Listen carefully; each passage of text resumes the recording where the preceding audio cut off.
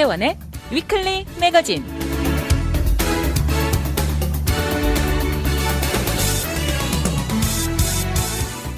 안녕하세요. 위클리 매거진의 문대원입니다. 휴가철이 마침내 오고 말았습니다. 올해는 어떤 계획을 세우셨는지요? 가족들과 멋있고 이름난 장소를 찾는 사람들도 많을 것이고, 아이들이 다 성장한 경우는 어른들끼리만 크루즈 같은 편안하면서 알찬 계획을 세웠을 수도 있습니다. 그러나 이번 여름 한 가지 느껴지는 것은 현재 분위기가 그래서인지 외국보다는 미국 안에서 여행을 계획하는 사람들이 생각보다 많다는 기사도 읽었습니다. 거기다 많은 유학생들도 이번 여름방학 동안 모국에 가는 것 대신 미국 안에 머무르는 경우도 많다는 것입니다. 현재 미국 안의 분위기를 절대 무시할 수 있는 상황이 아니면서 혹시 하는 우려가 모든 것에 영향을 주고 있습니다. 아무튼 미국 안에도 갈만한 곳이 넘쳐나는 곳이어서 주어진 상황에 알찬 휴가를 즐길 수 있을 것입니다.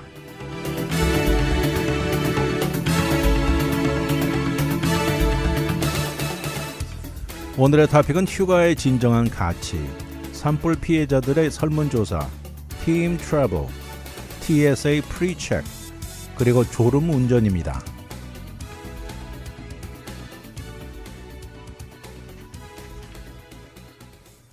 앞에 말한 대로 정말 여름 휴가철입니다.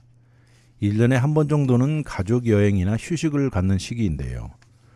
그런데 현재 사업가들이나 대기업의 간부급 리더들은 기업의 성공이 가장 큰 중요한 것이죠. 그러다 보면 각자 개인적인 희생이 따르고 최고의 성과를 추구하고 밀어붙입니다. 여기서 개인적인 희생이란 다 아시죠? 주말을 포기하면서 맡겨진 임무를 달성해내는 것이라든지, 또 가족들의 행사도 전혀 참여를 포기하는 것, 또 휴가도 가지 않는 경우가 많은데요. 엑스피디아가 실시한 설문조사가 있습니다. 미국인 한 사람당 1년 평균 휴가가 12일이라고 합니다. 이것은 어느 국가와 비교해봐도 적은 숫자라고 하는데, 거기다 이 12일을 전체를 휴가를 택하는 미국인들은 이 중에 절반도 되지 않는 47%였습니다. 이렇게 미국인들 일터에서 벗어나는 것이 현실적으로 힘듭니다. 이렇게 직장과 지속적으로 연결되어 있는 상태로 장기적인 스트레스와 건강이 해이 입는 경우가 너무 많은 현실입니다. 이런 것은 결국 임무 수행이나 생산성, 또 치명적인 결정을 내리는 능력도 저하시키는 결과를 초래한다는 것입니다. US Travel Association이 내놓은 연구 결과를 보면 미국 내 매니저급 사람들을 대상으로 조사했습니다. 그랬더니 이 중에 82%가 휴가라는 것은 종업원들의 웰빙과 건강을 좋게 해주고 번아웃을 줄여준다고 말했습니다. 실제로 미국 직장에서 휴가를 낸다는 것 너무 힘들다는 것이죠. 늘 일하는 문화가 지속되는 사회라면서 미국의 노동자들은 성공을 위해서라면 개인적인 희생은 감수해야 한다는 생각이 깊게 자리 잡았습니다. 그렇지만 데이터는 명확하게 나옵니다. 휴가를 얻어서 계획하고 휴식을 취하는 것, 이것은 개인 웰빙과 프로페셔널 성공, 또 비즈니스 퍼포먼스에 긍정적인 베네핏을 가져다 준다는 것입니다. 그동안 휴가를 희생하고 일에만 몰두하는 직원의 경우와 또 정기적으로 휴가를 택하는 직원을 비교해 봤습니다. 그랬더니 휴가를 택하지 않는 직원은 직장 내 임무 수행 능력이 뒤처진다는 것이었습니다. 휴가를 가지 않고 일하면 어떻게 생각하면 한편 한 걸음 더 앞서 나간다는 생각이 들 수 있는데, 그렇지만 임무 수행에서는 오히려 더 뒤처졌다는 것입니다. 그리고 작년에 임금 상승 면에서도 더 적었다는 결과가 나와 있습니다. 이런 차이는 재정적인 면뿐만 아니라 동료들 간에 일어나는 반응이나 관계 한층 더 문제를 가능성도 있다는 것입니다. 결국 정규적인 휴가 베케이션이야말로 가장 값진 개인적인 투자라는 것이죠. 이렇게 직장에서 맡은 임무를 수행하는 데 있어서 정보를 적절하게 분석하고 두뇌의 새로운 신경계를 활발하게 움직이게 자극합니다. 그리고 창의적인 문제의 해결점을 찾아내는 데 위해서는 뇌는 한 번씩 휴식이 필요하다는 것이죠. 이렇게 뇌 휴식 없이 밀어붙이는 것을 비교를 했는데요. 마치 마라톤을 100m 달리듯이 전력 질주하는 것과 비슷하다고 말합니다. 이렇게 마라톤을 뛰면 끝까지 지속이 불가능하죠. 인류 역사에 우리 생활에 혁신적인 변화를 가져온 많은 창업자들이 있죠.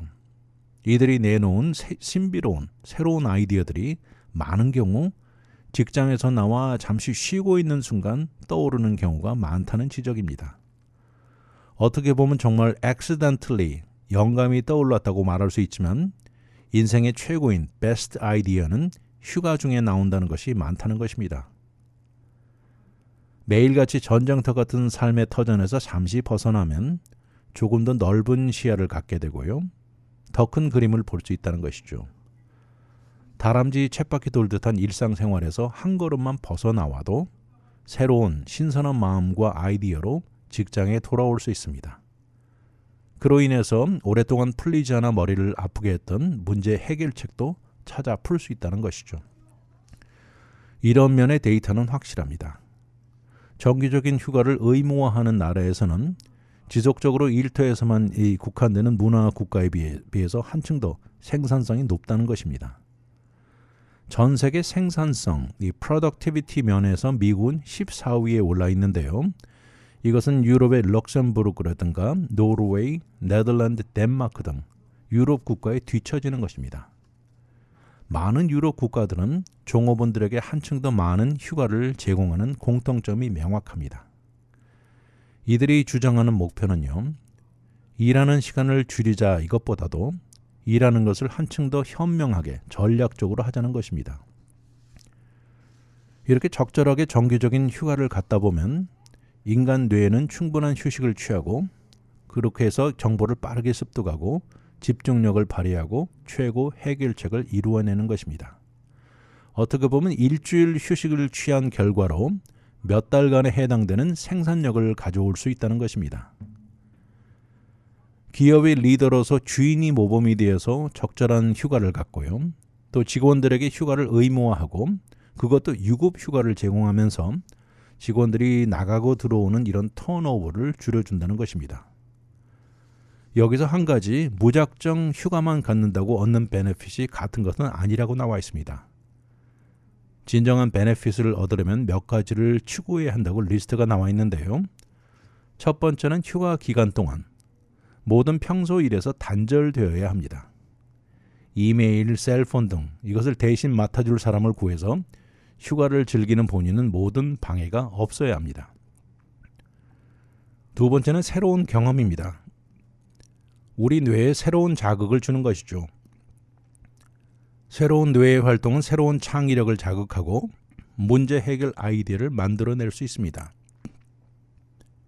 남들이 가는 유명한 장소를 가는 것보다 휴가를 통해 가질 수 있는 경험에 중점을 두십시오. 세 번째는 휴가에서 돌아온 다음날 중요한 미팅은 가능하면 피해야 합니다. 정상 생활에 서서히 돌아오게 하는 것이 중요합니다. 결론은 휴가는 비즈니스 차원의 투자라고 보는 면이 현명합니다.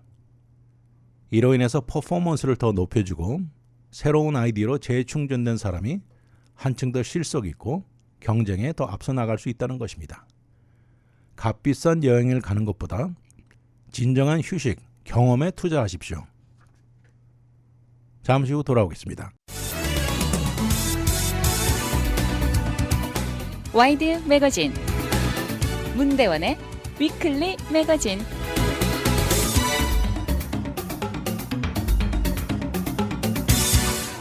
지난 1월 7일 LA 지역 대형 산불이 만여 채를 전수한 지도 정확히 5달이 되었습니다. 최근에 피해자들을 대상으로 실시한 설문조사 결과가 나와 있는데요. 피해자들은 현재 어떤 상황이고 앞으로 미래에 어떤 생각을 가지고 있을까요? 팰리세이드 산불과 이튼 산불 피해자들 설문조사에 참가했는데 피해자들 중에 상당수가 오랫동안 정들고 살아왔던 동네에 돌아가기를 원합니다. 그렇지만 실질적으로 정부의 현 정책이나 움직임을 볼 때 결코 돌아가는 것에 대해 회의적이란 의견이 대부분입니다. 이런 피해자들의 대부분은 지난 1월에 전소된 집을 다시 짓고는 싶다고 말합니다. 그렇지만 그중 절반 이상은 새 집이 지어지기까지 최소한 3년 이상 걸리는 이 긴 세월을 기다리지 않겠다는 것입니다. 이것을 두고 LA 부동산 개발업자인 클레어 디브라이어 씨는 LA 지역의 성공적인 회복에 이것은 치명적으로 작용할 것이라는 지적을 하고 있습니다. 이번 조사는 부동산 전문가들로 구성된 그룹이죠. 프로젝트 리커버리가 주관한 것인데 지난 산불 이후 이 퍼시픽 팰리세이드와 알타디나 말리부 등 영향이 입은 피해자들에게 어떤 신속한 회복 조치가 진행 중이고 사람들의 입장이 반영되는지를 조사한 것입니다. 이 리포트는 USC와 UCLA 부동산 대학원 교수진들과 또 LA 지역 부동산 비영리 단체이면서 연구기관이죠. Urban Land Institute이 수집한 데이터를 중점으로 이루어진 것입니다. 프로젝트 리커버리는 산불로 집이 전소된 피해자들 350명을 대상으로 미래에 어떤 방향을 세우고 있는지를 알아본 것입니다. 그랬더니 대부분 사람들은 돌아가고 싶지만 가까운 미래에 돌아간다는데 아주 회의적인 입장을 보여줬습니다. 결국 기다리는 것이 이렇게 3년이라는 기간이 가치 없다는 결정하에 다른 지역에 정착하는 옵션을 택할 것이라고 말합니다. 일반적으로 디브라이어 씨 말에 의하면 이런 자연재해 이후에 회복 단계에서 늘 20% 이상이 다른 지역으로 떠난다고 합니다. 만약에 이런 통계가 맞는다면 불이 나고 5년 정도 지난 상황에 그 새로운 커뮤니티를 보면 이전과 절대 달라진 모습일 것입니다. 예전 이웃의 분위기는 절대 아닐 것이라는 지적이죠. 매년 벌어지는 독립기념일 퍼레이드 주위로 보이는 얼굴들이 사뭇 달라질 것이고 로컬 사커 게임이나 동네 도서관을 출입하는 얼굴들도 많이 달라져 있을 것입니다. 그동안 형성되었던 동네 컬처와 기억들은 모두 사라져버릴 것입니다. 프로젝트 리커버리 리포트를 보면 불탄 자리가 이제 완전히 잔해 제거가 이루어지고 나면 현재 새 집에 지어지는 데까지 3년이 걸린다는 것입니다. 그렇지만 이것도 시정부와 빌더들과 손발이 잘 맞고 어떤 지연이 없을 경우를 말하는 것이죠. 현재 빌딩 퍼밋부터 시작해서 모든 공사 과정과 마지막 물이나 전기 등 유틸리티가 연결되는 데까지 생각보다 더 오래 걸릴 것이라는 지적이죠. 절대 3년 안에 이루어지지 않는다는 말입니다.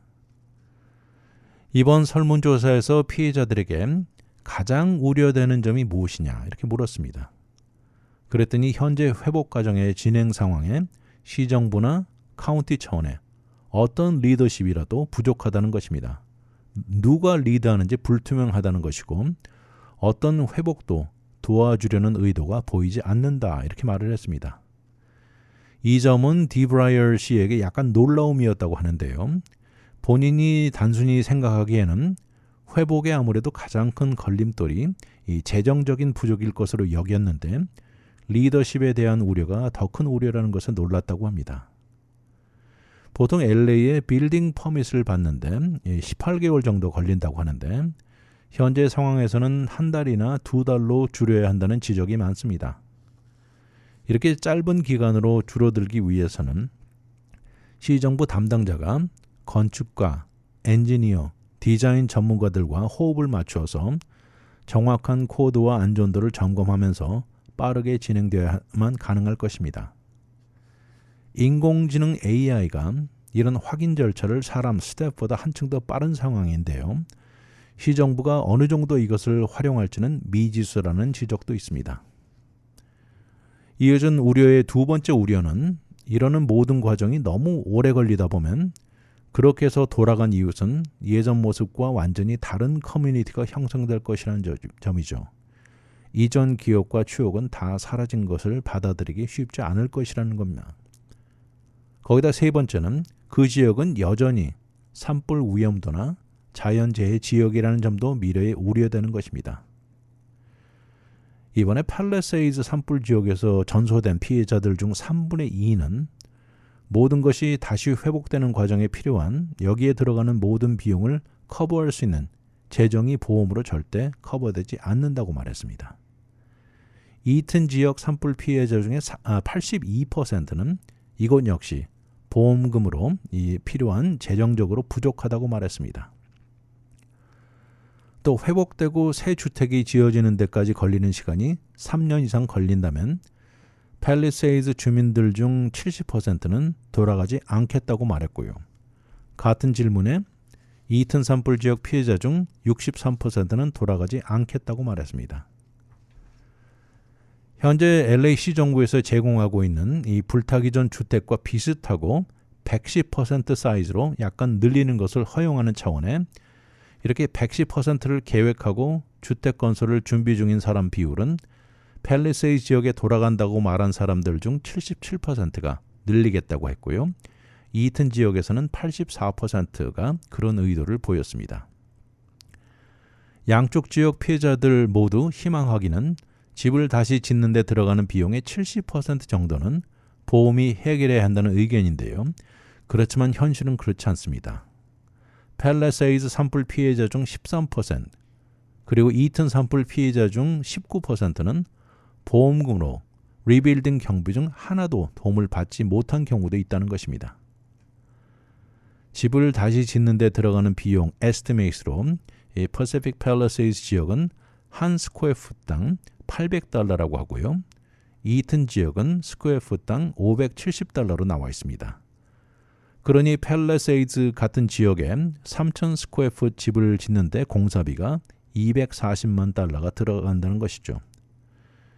시정부 리더십이 거의 없이 느껴지는 가운데 이제 5달이 지난 현재 산불 피해자들, 시간이 가면 갈수록 예전 이웃으로 돌아가지 않겠다는 비율은 점점 더 높아질 가능성이 높아 보입니다. 잠시 후 돌아오겠습니다. 오늘의 미국 안 봐도 눈에 환합니다. 와이드 매거진 문대원의 위클리 매거진.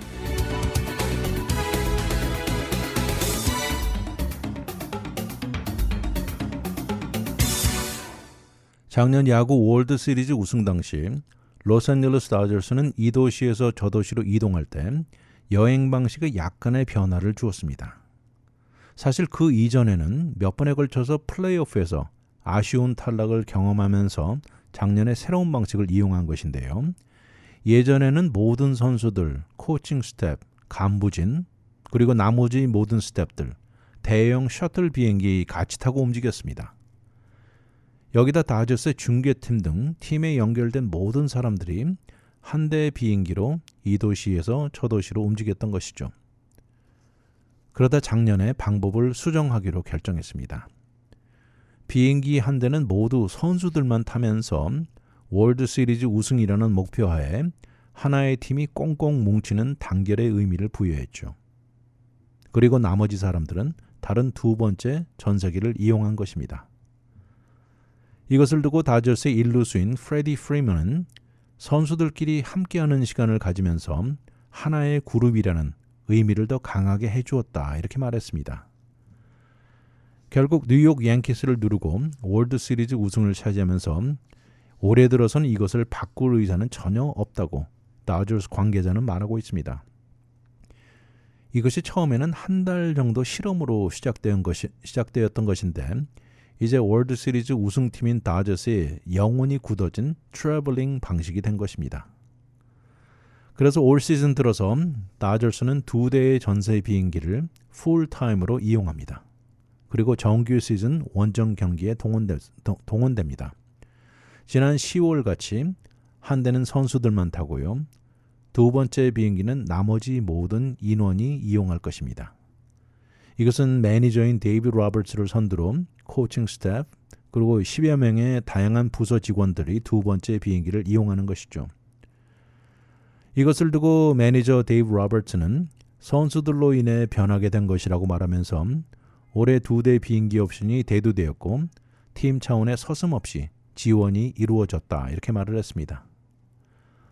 다저스 팀의 트래블링을 담당하는 디렉터가 스캇 아카사키는 올해 팀 트래블 방식이라고 강조하면서 이것으로 인해 어떤 긍정적인 영향이 나올지 궁금하다 이렇게 말을 합니다. 팀 구단 측 레벨에서도 올 시즌을 내다보면서 다양한 각도로 분석하고 두 대의 비행기 방식을 영원히 도입한다고 결정을 내린 것입니다. 작년 플레이오프에서 두 대의 비행기를 동원하면서 팀 내 케미스트리에 상당히 좋은 영향을 주었다고 말합니다. 그리고 이것은 작년 우승에 기여한 것은 분명하죠. 일단 162게임 시즌 동안 선수들이 겪는 다양한 어려움에 조금이라도 도움을 주려는 구단주 측의 노력으로 트래블링 방식의 추가 투자를 단행한 결과입니다. 제너럴 매니저인 브랜든 고음스도 구단주 측의 팀 지원 면에서는 타의 추정을 불허한다고 말을 하고요.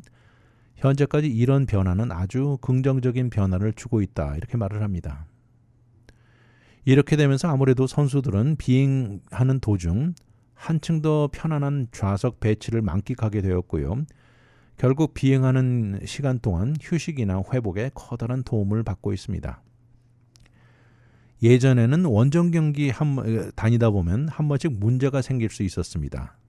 항공기 지연도 겪었고요. 그렇지만 이제는 두 번째 세컨드 플레인이 있으면서 최소한 선수들은 계획대로 목적 도시에 도착하는 확률이 높아졌다고 강조합니다. 올 시즌 들어서 벌써 4번의 원정을 다녀온 시점인데요. 어떤 문제도 없었고 현재 시스템이 너무 잘 운영되고 있다는 것입니다. 예전에 항공기 한 대 시절에는 홈 시리즈가 다 끝나고 나면 하루 쉬고 다음날 의뢰의 LA를 떠나 원정 도시로 이동하게 되죠. 이렇게 하면 어떻게 보면 집에서 하루는 더 쉬지만 원정 도시에는 한층 더 늦은 시간에 도착하는 결과를 가져옵니다. 그래서 결국 그 다음날 쉬는 날 비행기에서 보내고 나면 도무지 쉬었다는 생각이 들지 않는다고 맥스 먼스는 말하고 있습니다. 그러나 이제 비행기 두 대로 이제 방식의 변화가 생겼습니다. 올 시즌 말씀드린 대로 4번의 원정 모두 그랬듯이 홈에서 마지막 경기가 끝나고 나면 곧장 비행기를 타고 원정 도시로 떠납니다. 그리고 원정 도시에 같은 날 도착하는 확률이 높아졌죠. 그리고 그 다음날 쉬는 날 하루는 진정한 휴식을 갖게 되는 것이죠. 선수들이 이 방법 아주 좋아합니다. 프레디 프리먼 경우 이 오프데이에 비행기로 움직이지 않고 하루를 쉴 수 있어서 너무 좋다고 말합니다. 이것은 휴식과 회복에 너무 좋다면서 이것은 몸에도 좋고 때에 따라서는 개인적인 시간도 가능하다고 말합니다. 예를 들어서 지난달 텍사스의 원정 시리즈에 원래 달라스 출신인 맥스 먼스는 그날 쉬는 날 오후에 가족들과 시간을 갖기도 한 것이죠. 이렇게 두 대의 비행기 시스템을 이용하다 보니까 예전에 생각하지 못했던 몇 가지 디테일은 조절해야 되는 임무가 생겼습니다. 예를 들어서 두 대 중 어떤 비행기에 들어가는 장비들인지 이것을 미리 구별해서 트럭에 실어야 한다는 것이죠. 두 대 비행기 파트너들과 또 타이밍 등 다양한 것들을 조율해야 하는 임무도 새로이 생긴 것입니다. 델타 항공사에서 보잉 757기를 차트하고요. 또 두 번째 비행기는 보잉 737 항공기는 유나이티드 에어라인에서 담당합니다. 이로 인해서 아카사키시와 스텝진들은 한층 더 플래닝에 심혈을 기울이게 되었다고 말합니다. 이런 변화에도 야구 운영의 프레지던트인 앤드루 프리먼을 선두로 이런 것을 보더니 이 모든 것이 한 사람으로는 감당이 어려운 것 같다면서 임무를 해내는데 무엇이 필요하느냐 이렇게 물으면서 모든 지원을 아끼지 않았습니다. 최고의 구단은 역시 다르다고 많은 야구계 전문가들이 입을 모으고 부러워합니다. 물론 이런 변화로 어떨 때 비행기 뒤편에 가서 선수들과 스텝진 간에 조용히 진지한 대화는 할 수 없게 되었지만 이로 인해서 얻는 긍정적인 면이 부정적인 것을 한층 더 앞지른다는 것입니다. 어마어마한 재정적인 지원을 확보하고 있는 단체라는 이 최고 장점을 동원해서 현재 야구계의 최고 선수들이 가고 싶어하는 이 프리미엄 구단이 되었죠. 그러면서 자유계약 선수들이 되는 경우 누구도 한 번쯤 꿈을 꾸어보는 팀이 되었습니다. 이렇게 비행기 두 대를 사용하면서 이 메이저리그 베이스볼 클럽 중 최초라면서 이미 다른 구단들이 궁금해서 의뢰해 오고 있다고 합니다. 선수들 사이에서도 이것을 두고 모두 좋아해야 합니다. 불평의 목소리는 당연히 전혀 없지요. 프레드 프리먼이 앞장서서 너무나 좋다고 말을 하면서 다저스 팀 트래블 변화가 야구의 새로운 변화로 자리 잡을지 두고 볼 일입니다. 잠시 후 돌아오겠습니다. 와이드 매거진 문대원의 위클리 매거진.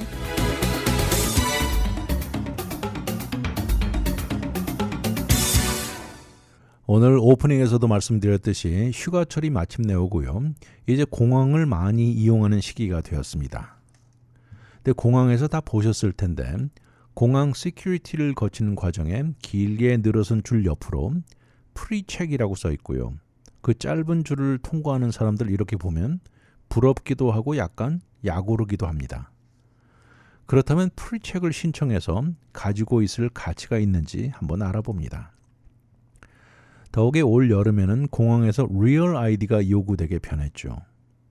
그렇지 않고서는 여권을 제시해야 하면서 줄이 더 길어질 가능성이 높아졌다는 것이죠. 그런 차원의 프리체크 신청 가치가 있다는 것입니다. 이것으로 공항 통과를 한층 더 신속하게 해주고요. 이 TSA 프리체크는 연방정부 차원에 주어지는 것인데 이것을 갖고 있는 사람은 연방정부가 생각하기에 이 사람은 위험도가 낮다고 인정되는 경우입니다. 그래서 이것을 가지고 있으면요. 시큐리티를 통과할 때 가방 안에서 액체를 꺼낼 필요도 없고 허리 벨트나 전자제품을 빼낼 필요도 없고 신발이나 재킷도 벗을 필요가 없다는 것입니다. 이러다 보니까 아무래도 시큐리티 라인 전체가 움직이는 것을 더 신속하게 해줄 수 있죠. 프리체크, TSA 프리체크를 가지고 있는 사람이라도 통과하는 과정에 리얼 아이디는 요구됩니다. 이런 아이덴티피케이션 과정에서는 리얼 아이디나 패스포트로 통과해야 하는 것이죠. 아시다시피 올해 5월 7일로 리얼 아이디가 의무화가 시작되면서 올여름 휴가철과 맞물리게 되었죠. 그래서 올여름 미국 모든 공항에서 줄이 더 길어질 확률이 높아진 것입니다. 모든 것이 준비되지 않은 사람들이 늘 공항에 들어오면서 지연이 일어날 것은 당연한 것이죠. 더욱이 공항에 시간이 촉박하게 도착하는 사람의 경우 이런 지연은 절대 쉽지 않은 상황에 빠지게 만들 것입니다. 프리체크를 신청하면 승인 과정에 길게는 60일까지 걸릴 수 있기 때문에 신청서는 빨리 내면 낼수록 좋다고 합니다. TSA 프리체크를 신청하는 데 들어가는 비용은 이 어떤 파트너를 이용하느냐에 따라서 적게는 $76에서 $85 사이 든다고 합니다. 이런 파트너들은 아이데미아, 텔로스, 클리어가 있는데 이 한 번 하면은 5년간 멤버십 비용이라고 합니다. 그렇지만 이 국내가 아니고 해외여행을 자주 하는 사람의 경우라면 글로벌 엔트리를 대신 추천합니다. 이것은 $120 정도 드는데 이것이 승인이 내려지면 글로벌 엔트리와 TSA 프리체크 두 개가 함께 주어집니다. 이런 글로벌 엔트리는 국경 스크리닝을 거치는데 빠르게 해줍니다.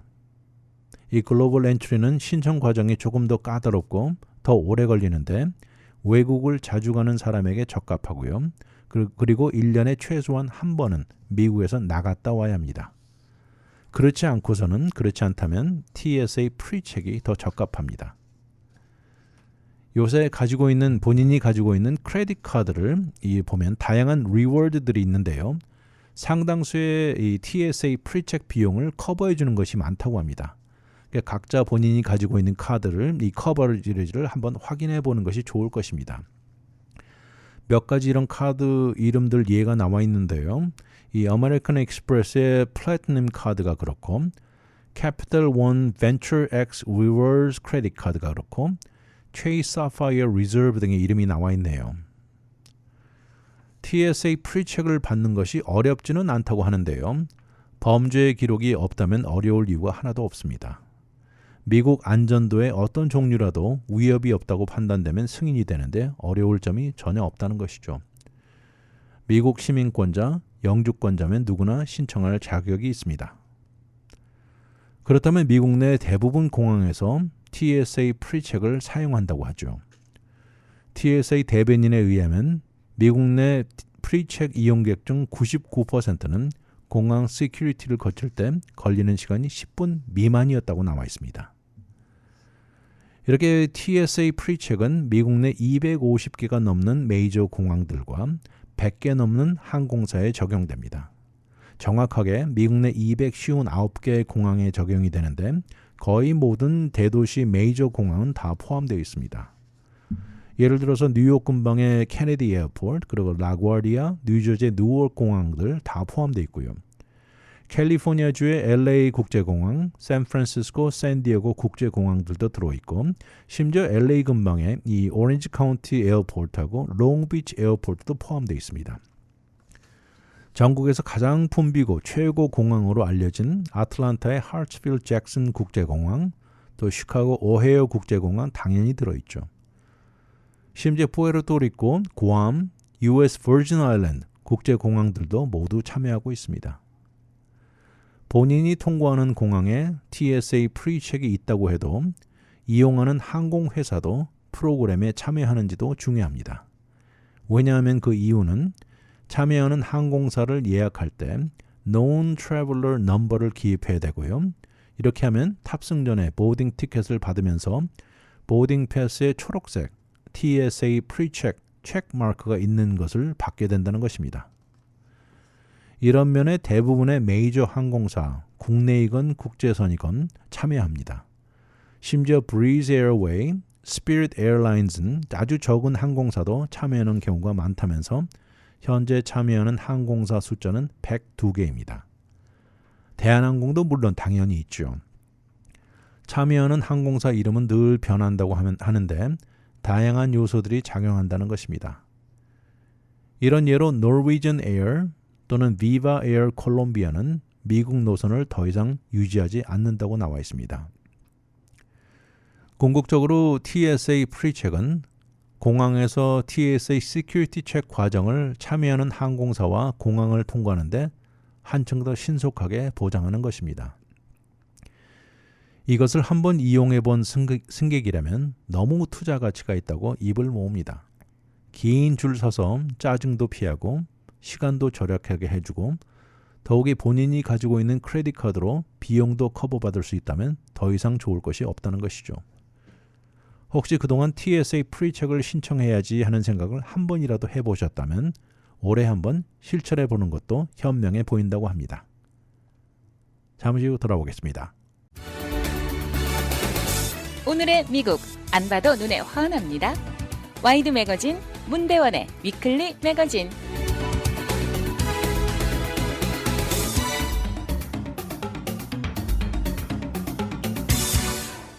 우리가 운전하는데 가장 무서운 것이라 하면 음주운전같이 DUI라고 할 수 있죠. 그런데 이것에 비해서 이 졸리면서 운전하는 졸음운전도 절대 가볍게 봐서는 안 된다는 것입니다. 아무래도 피곤할 때 졸음운전을 하게 되는데요.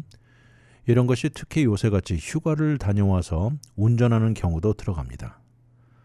특히 우리같이 시차가 큰 한국을 다녀온 경우 다음날 운전하는 거 정말 위험하죠. 그런데 모든 베케이션이 다녀오면 몸이 많이 피곤하죠.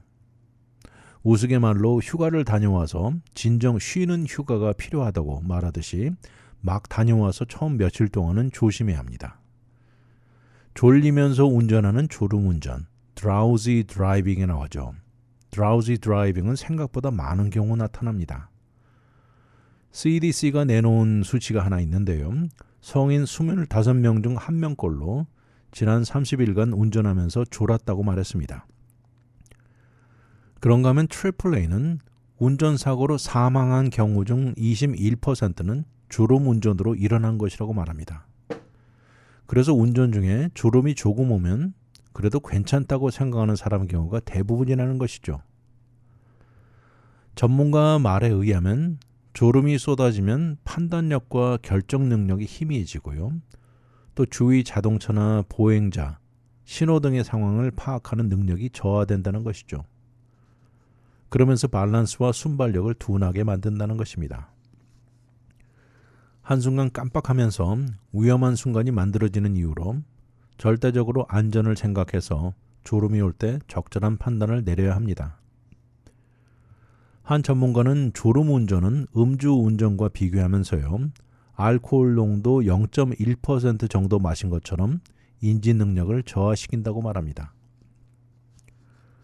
뉴욕 보건국이 내놓은 것을 보면 졸음 운전으로 인해 일어나는 사고가 주로 오후 1시에서 4시 사이, 그리고 새벽 2시에서 6시 사이라고 나와 있습니다.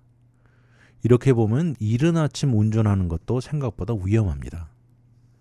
이 시간대가 몸이 제일 피곤할 때라는 지적인데, 몸이 피곤하고 노곤하면서 졸릴 시간대라는 것이죠. 그러나 이것 외에도 다양한 요소들이 작용할 것입니다. 그런데 졸음 운전의 가장 큰 이유는 아무래도 잠이 부족할 때겠죠. 잠을 제대로 충분히 취하지 못한 다음 날 집중도 어렵고 하루 종일 하품만 나오고 반응 순발력이 늦어지죠. 그러니 운전 중에 이 졸 확률이 높아지는 것이죠. 수면에 건강 문제가 있는 사람이라면 졸음 운전 가능성도 높습니다.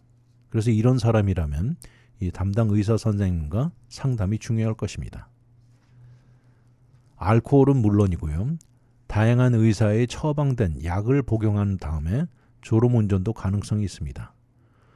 특히 이 중에 엔티히스타민이나 벤조다이아제핀 같은 이런 종류 약들이 대표적이라고 합니다. 졸음이 막 쏟아지고 몽롱하게 만든다는 것이죠. 또 알코올과 약이 합쳐질 경우에는 이것은 더 위험합니다.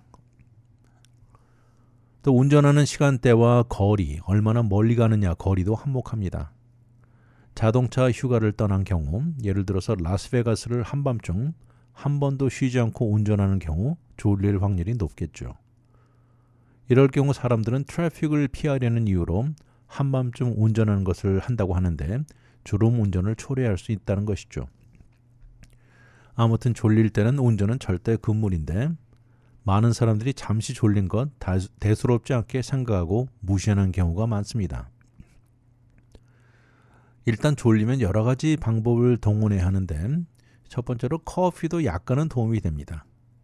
이것은 단기간 도움이라고 하는데 과로한 피로를 대체해 줄 수는 없다고 합니다. 졸린데 운전을 해야 한다면 운전하기 약 30분 전에 커피 한 잔 정도 마시면 조금 도움이 된다고 합니다. 또 몸을 움직이는 것이 도움을 줍니다. 졸음이 올 때 잠깐 운동을 하고 나면 졸음이 멀어지고요, 정신이 좀 들게 해줍니다. 그래서 가벼운 스트레칭, 또 가까운 거리, 이 걸음도 좋다고 추천합니다. 모든 것이 이것저것 다 해봐도 이 모든 것이 졸음을 떨쳐주지 못하면 다른 옵션을 찾아야 합니다. 라이드 공유 서비스를 이용하거나 어떤 식으로든 이 본인의 라이드를 해결하는 것이 가장 좋은 옵션입니다. 특히 휴가를 태평양 건너 완전히 시간대가 다른 한국 같은 곳을 다녀온 경우 돌아오자마자 운전은 정말 위험합니다. 시차로 고생하는 기간이 대충 일주일 정도 가는데, 이 기간 동안 운전보다는 남에게 라이드를 부탁하는 것이 한층 더 현명합니다. 많은 한국인들이 여름에 한국 다녀오자마자 운전하다 중간에 생각지 못하게 졸음으로 운전 중에 깜짝 놀라신 적 있으리란 생각입니다. 나는 괜찮겠지 하는 생각이 이것이 제일 무섭다고 지적합니다. 특히 가까운 거리로 타고 내리는 것이 자주 반복되는 경우보다 긴 거리를 이 하이웨이로 운전해서 가야 되는 경우 깜빡깜빡 졸음이 이 깊이 빠질 우려가 있다는 것이죠. 이것은 심각한 자동차 사고로 이어질 위험, 또 어떤 경우에는 사망까지 일어난다는 것입니다. 휴가를 다녀와서 시차가 같은 로컬 지역을 다녀온 경우도 너무나 활발하게 즐기다 온 경우 집에 돌아와서 지친 채 돌아올 가능성도 많죠. 그리고 나서 다음날 직장이나 학교를 가야 한다면 정말 조심해야 할 것입니다. 피로가 몰려오면서 졸음운전은 당연히 동반되는 문제이고요. 절대 며칠간 회복되기 전까지 운전하지 않는 옵션이 좋을 것입니다. 바야흐로 이 휴가철 여름이 왔습니다. 즐거운 가족 여행을 즐기시는 가운데 적절한 에너지 유지와 중간중간 휴식도 취해가면서 매니지하시기 바랍니다. 휴가를 다녀와서 지칠 대로 지쳐서 돌아온 다음 진짜 휴가가 필요하다는 기분이 들지 않게 주의하시기 바랍니다. 졸음운전 생각보다 많이 위험합니다.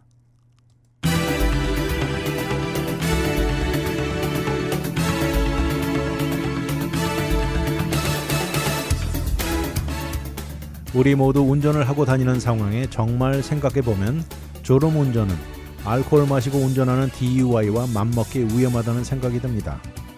더욱이 휴가를 만끽하고 돌아와 지친 몸을 이끌고 다음날 출근길 운전 상황도 아주 위험할 것입니다.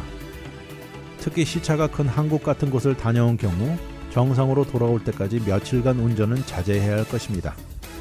그러나 다 알고 있지만 다음날 당장 차를 몰고 나가야 하는 상황을 접하면서 운전을 하게 되는 현실도 있을 수 있습니다. 그러나 현명한 판단을 내리시고 절대 무리하지 말아야 할 것입니다. 휴가 시즌이 되면서 많은 사람들이 여행을 떠납니다. 가족들과 휴가에서 즐거운 시간을 보내고 돌아오는 길은 늘 힘들고 지친 모습이 흔히 보는 모습입니다. 이렇게 돌아와 며칠간은 운전에 대한 현명한 판단을 내리시기 바랍니다. 위클리 매거진은 인터넷을 통해 다시 들을 수 있습니다. radiokorea.com에 들어와 다시 듣기를 누르시고 편안한 시간에 들으십시오. 또한 위클리 매거진을 유튜브에 들어와 RKTV1540을 통해서도 들을 수 있습니다. 지금까지 위클리 매거진 진행의 문대원이었습니다. 감사합니다.